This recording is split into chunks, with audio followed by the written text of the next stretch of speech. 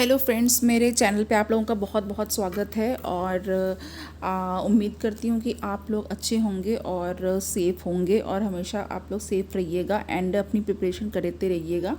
तो ये जो 10 क्वेश्चन आंसर की सीरीज़ है, इसमें मैं आगे लेकर के आई हूँ आप लोगों के लिए। ये प्लांट किंगडम से मैंने स्टार्ट कर दिया है। तो नाउ 10 क्वेश्चन आंसर सीरीज़ में ये आपके सामने पहला क्वेश्चन है। Artificial system of classification were based upon. तो यहाँ पे ऑप्शन है friends, option A vegetative characters, option B androecium structure and option C habitat and option D है ऑल ऑफ दीज।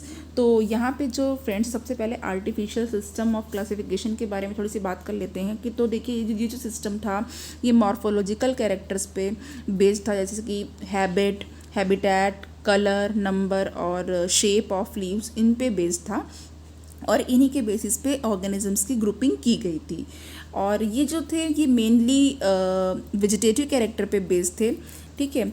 और या तो फिर एंड्रोशियम के स्ट्रक्चर, तो इसी में ये जो ऑप्शन यहाँ पे ऑप्शन ए बी सी दिया हुआ है, तो फ्रेंड्स यहाँ पे जो सारा ही जितना भी ऑप्शन है करेक्ट होगा और ऑप्शन डी यहाँ पे हमारा करेक्ट हो जाएगा।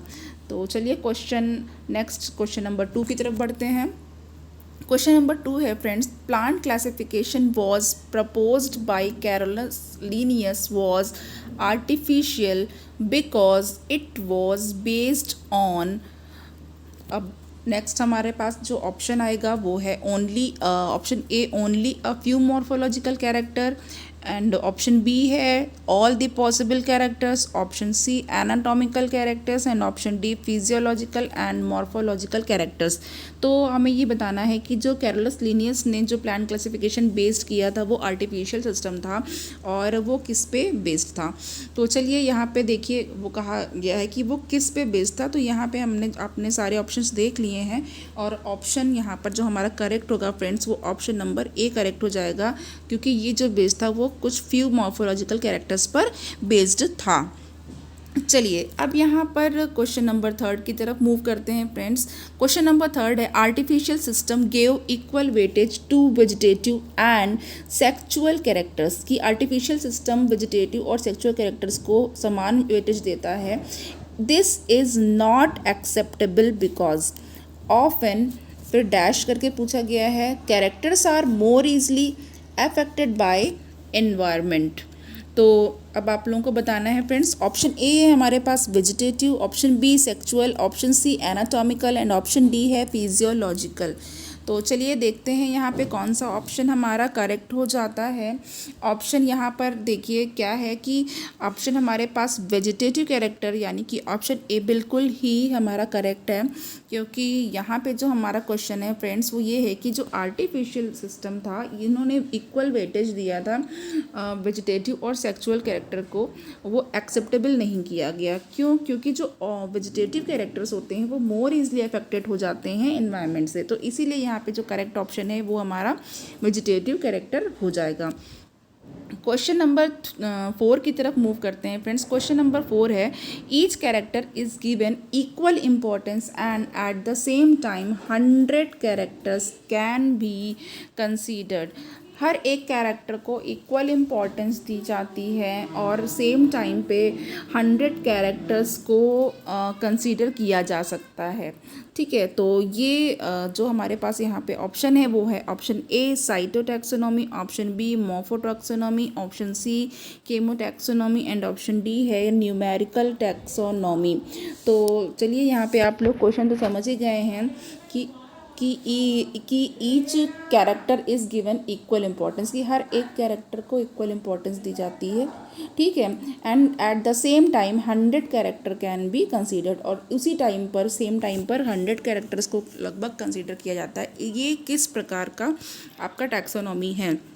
तो देखिए यहाँ पे अगर हम फ्रेंड्स ऑप्शन की करेक्ट ऑप्शन की बात करें तो करेक्ट ऑप्शन हमारे पास ऑप्शन नंबर 4 न्यूमेरिकल टैक्सोनॉमी हो जाएगा। इसके बारे में थोड़ी बात कर लेते हैं। न्यूमेरिकल टैक्सोनॉमी जो है फ्रेंड्स वो क्या करती है, वो इवेलुएट करती है रिजेम्बलेंस को यानी कि समानता को और डिफरेंसेस को और प्रिमेटिवनेस को और एडवांसमेंट को, ठीक है। कैसे? ये स्टैट मेथड जिसे सांख्यिकी होती है, सांख्यिकी के जो आंकड़े होते हैं उस पर बेस्ड होता है, ठीक है। और लार्ज नंबर ऑफ कैरेक्टर्स जो होते हैं, बहुत ज़्यादा बड़े मात्रा में जो कैरेक्टर्स होते हैं वो सारे ही इस बायोलॉजी से यानी कि न्यूमेरिकल टैक्सोनॉमी से लिए जाते हैं। तो चलिए यहाँ पर अब हमारे पास ऑप्शन नंबर 4 करेक्ट हो चुका है। चलते हैं हम लोग क्वेश्चन नंबर 5 की तरफ। क्वेश्चन नंबर 5 है, पहले तो फ्रेंड्स ब्लैंक के फॉर्म में दिया हुआ है ये कि एक blank then system of classification were based on natural affinities among the organisms. तो यहाँ पे आपको बताना है कौन सा ऑप्शन करेक्ट हो जाएगा, आर्टिफिशियल सिस्टम ऑफ क्लासिफिकेशन या नेचुरल, फाइलोजेनेटिक या सेक्चुअल। तो यहाँ पर जो हमारा ऑप्शन होगा वो कौन सा ऑप्शन करेक्ट होगा फ्रेंड्स, देखिए यहाँ पे ऑप्शन नंबर बी हमारा करेक्ट हो जाएगा। जो नेचुरल सिस्टम ऑफ क्लासिफिकेशन था वो नेचुरल एफिनिटीज़ पर बेस्ड था। यहाँ पे देखिए नेचुरल एफिनिटीज़ की बात की गई है और यहाँ पर हमारा जो ऑप्शन है वो भी option number B natural system of classification है।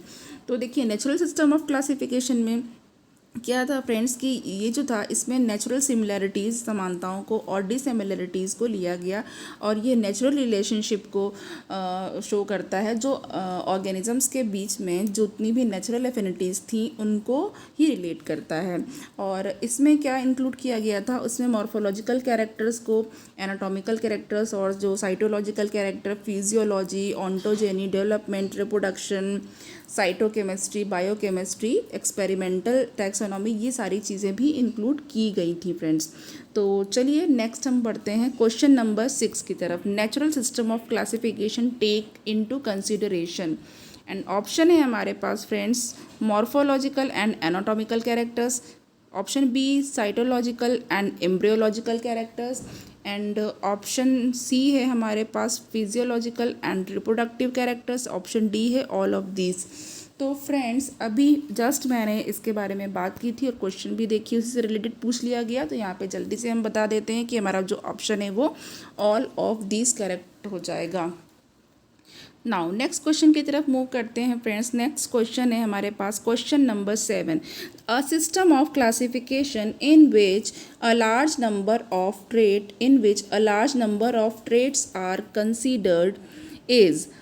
ऐसा सिस्टम ऑफ क्लासिफिकेशन जिसमें लार्ज नंबर ऑफ ट्रेट्स को कंसीडर किया जाता है। तो हमारे पास ऑप्शन है, option A artificial system, option B phylogenetic system, option C synthetic system and option D है नेचुरल सिस्टम।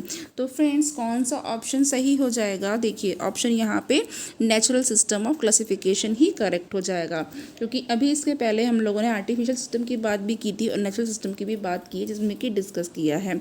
तो यहाँ पे लार्ज नंबर ऑफ ट्रेट्स को कंसीडर किया जाता है किसमें, नेचुरल सिस्टम ऑफ क्लासिफिकेशन में। एंड चलिए नेक्स्ट क्वेश्चन की तरफ मूव करते हैं फ्रेंड्स। नेक्स्ट क्वेश्चन हमारे पास है, natural system of classification differs from artificial system in. अब यहाँ पे ऑप्शन ए है हमारे पास employing only one floral traits, ये क्या किसी सिर्फ एक फ्लोरल ट्रेट को एम्प्लॉय करता है, बताता है। एम्प्लॉइंग ओनली वेजिटेटिव ट्रेट्स, या सिर्फ वेजिटेटिव ट्रेट्स के बारे में बात कर रहा है, या फिर ऑप्शन सी है bringing out similarities and dissimilarities and option D is developing evolutionary traits. तो चलिए यहाँ पे बताइए फ्रेंड्स कि कौन सा ऑप्शन सही हो जाएगा, यहाँ पे आप बताइए। चलिए यहाँ पे आंसर जो होगा फ्रेंड्स वो यहाँ पर हो जाएगा हमारे पास option number C bringing out similarities and dissimilarities. तो नेचुरल सिस्टम ऑफ क्लासिफिकेशन वो आर्टिफिशियल सिस्टम ऑफ क्लासिफिकेशन से कैसे डिफरेंट था, ये क्या करता है कि bringing out similarities and dissimilarities. ठीक है, तो चलिए नेक्स्ट क्वेश्चन की तरफ बढ़ते हैं फ्रेंड्स। नेक्स्ट क्वेश्चन की बात कर लेते हैं। क्वेश्चन नंबर 9 ब्लैंक देन आपको फिल करना है। Classification system were based on evolutionary relationship between various organisms. ऐसा कौन सा क्लासिफिकेशन ऑफ सिस्टम है जो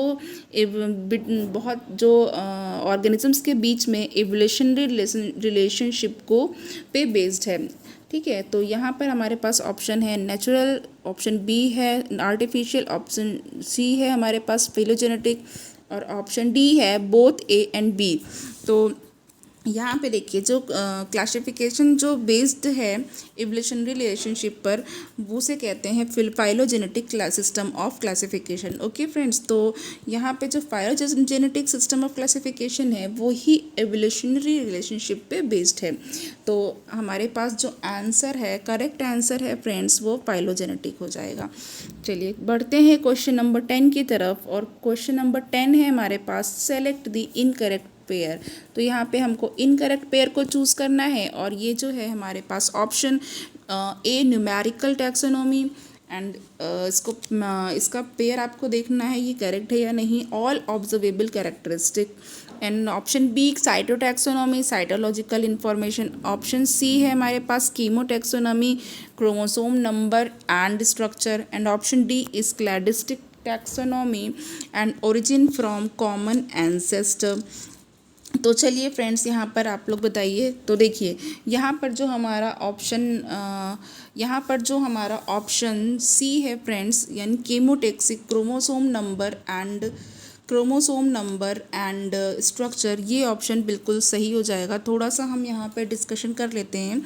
ये जो केमोटेक्सोनॉमी है ये बेस्ड होती है फ्रेंड्स किस पे, ये क्या बेस्ड होती है, characteristics of various chemical constituents of organisms पे, ठीक है। एंड और क्या होता है, जो केमिकल कंस्टिट्यूएंट्स यानी जिससे बना होता है, कंस्टिट्यूएंट्स मतलब कि जिससे कोई चीज़ बनी है, तो केमिकल कंस्टिट्यूएंट्स जो प्लांट स्पीशीज़ के हैं, ठीक है, वो क्या उनके बारे में ये बताना चाहूँगी मैं कि ये जो होते हैं ये अनवेरिंग होते हैं, मतलब ये वेरिंग नहीं करते हैं, ठीक है, ये वेरी नहीं करते हैं, बदलते नहीं हैं, और ये जल्दी से ईज़िली चेंज नहीं हो पाते हैं। और जो केमिकल कैरेक्टर्स होते हैं वो इसके अलावा क्या करते हैं, जो केमिकल कैरेक्टरिस्टिक्स हैं वो रिलेशनशिप को इस्टेब्लिश करते हैं, और स्टैटिस्टिकल यानी कि सांख्यिकी की अगर बात करें तो statistical evaluation of taxonomic information भी देते हैं, ठीक है, यानी कि टैक्सोनॉमिक इन्फॉर्मेशन को सांख्यिकी आंकड़ों पे बेस्ड इन्फॉर्मेशन के थ्रू देते हैं। तो यहाँ पर देखिए आप लोगों को फ्रेंड्स क्लियर हो गया होगा, ठीक है। तो यहाँ पे जो हमारा इनकरेक्ट पेयर है वो क्या हो जाएगा, इनकरेक्ट पेयर हमारे पास केमोटैक्सोनॉमी, क्रोमोसोम नंबर एंड स्ट्रक्चर, ये हो जाएगा, ये इनकरेक्ट है, ये करेक्ट नहीं है। बाकी आपका न्यूमेरिकल टैक्सोनॉमी तो बिल्कुल करेक्ट है, और सारे ऑब्जर्वेबल कैरेक्टरिस्टिक्स होते हैं, और साइटोटैक्सोनॉमी भी सही है, साइटोलॉजिकल इन्फॉर्मेशन देता है। क्लैडिस्टिक टैक्सोनॉमी भी करेक्ट है, ये ओरिजिन जो कॉमन एंसेस्टर्स होते हैं उनकी ओरिजिन को बताता है, बट कीमोटैक्सोनॉमी क्रोमोसोम नंबर और स्ट्रक्चर्स को नहीं बताता है, ये केमिकल कैरेक्टरिस्टिक्स को लेता है। चलिए फ्रेंड्स, तो आज का हमारा ये जो लेक्चर था, जो क्लास था, ये यहीं पे एंड हो जाता है, और आगे के लिए आप लोग ऐसे ही प्रिपेयर करते रहिएगा, और मेरे इस लेक्चर को लाइक, शेयर और सब्सक्राइब करिएगा फ्रेंड्स, और ज़्यादा से ज़्यादा लोगों में इसको पहुंचाइएगा। और इस पैंडमिक और कोरोना पीरियड में प्लीज़ आप लोग सेफ रहिएगा, एंड स्टडी डेली करते रहिएगा, एंड सपोर्ट करिएगा टीचिंग को एंड स्टूडेंट्स को। Okay, thank you so much.